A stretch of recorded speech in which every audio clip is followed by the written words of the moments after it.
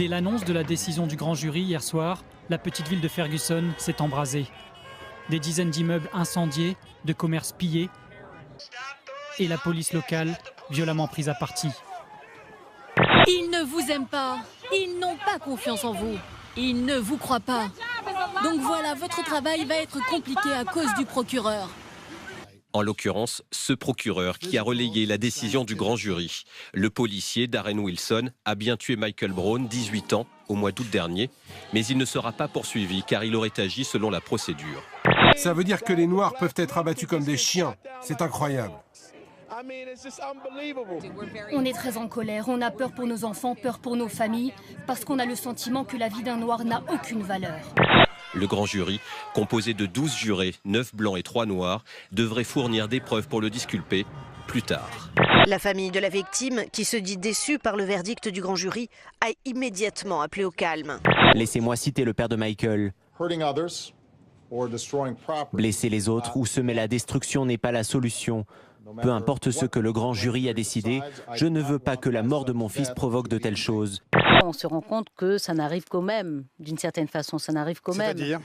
C'est-à-dire que ce sont des gamins afro-américains, donc il y a le problème encore d'un certain nombre de clichés, de représentations, de préjugés qui peuvent créer des réflexes terribles. C'est ce tweet qui a eu le plus de succès, il a eu plus de 1200 retweets, et voilà en anglais, quel âge avait Michael Brown, 18 ans, Trayvon Martin, 17 ans, Tamir Rice, 12 ans, quel âge aura le prochain ? 12 mois, interroge la garde des Sceaux avant d'ajouter cette citation tirée d'une chanson de Bob Marley, « Tuez-les avant qu'ils ne grandissent ». L'appel du pape à une Europe vieillissante. Devant le Parlement de Strasbourg, le chef de l'Église catholique vient de plaider pour une union moins égoïste.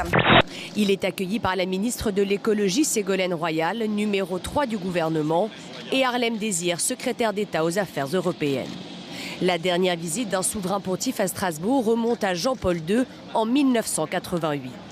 Le pape a répondu à cette invitation et est venu faire ce qui est dans ses habitudes, c'est-à-dire un prêche. Un prêche n'a pas sa place dans un parlement. Je vous exhorte, vous, les législateurs, à protéger l'identité européenne afin que les citoyens puissent retrouver la confiance dans les institutions de l'Union.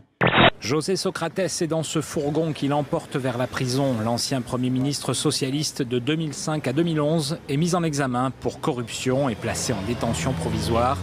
Les enquêteurs s'interrogent sur des transferts d'argent douteux sur son compte en banque. Il a notamment vécu dans un appartement à Paris, estimé à près de 3 millions d'euros. On ne peut pas tolérer aujourd'hui que la Méditerranée devienne un grand cimetière.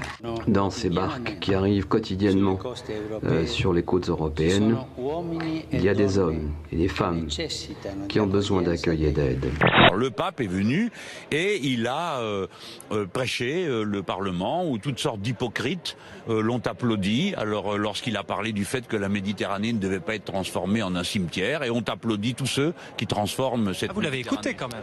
Ces trekkers de l'extrême, engagés comme d'autres équipes dans une course de 650 km en Équateur. Un jour, ils ont donné une boulette de viande à un chien errant et affamé, et le chien les a suivis. Sur les routes, mais aussi dans la boue, dans la forêt équatoriale. Il les a suivis à la nage quand ils ont voulu s'en débarrasser, en descendant ce fleuve par exemple. On associe aujourd'hui l'Europe à des styles de vie égoïstes, caractérisés par l'opulence et l'indifférence. Une indifférence vis-à-vis du monde qui nous entoure et qui vise notamment les plus pauvres.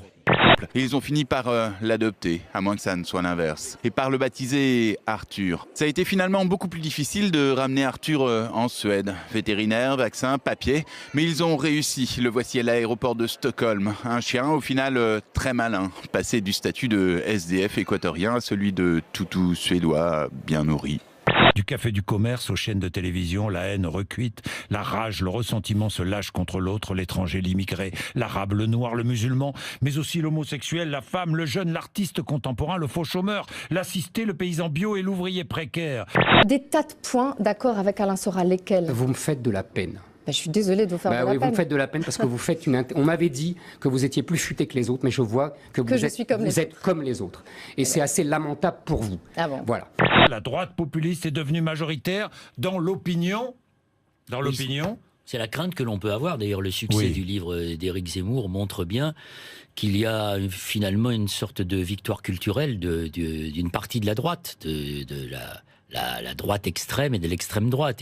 C'est lamentable. Je vous pose des questions qu'elles vous dérangent pas. Je vous demande juste d'y répondre. Vous posez des questions stupides. Parce que je suis une femme. Ouais, sans doute. Ça doit être ça, si vous le pensez.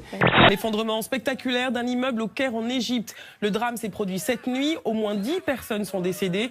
Les pelleteuses ont succédé ce matin aux secouristes. Les premiers témoignages ne permettent pas de connaître l'origine du sinistre.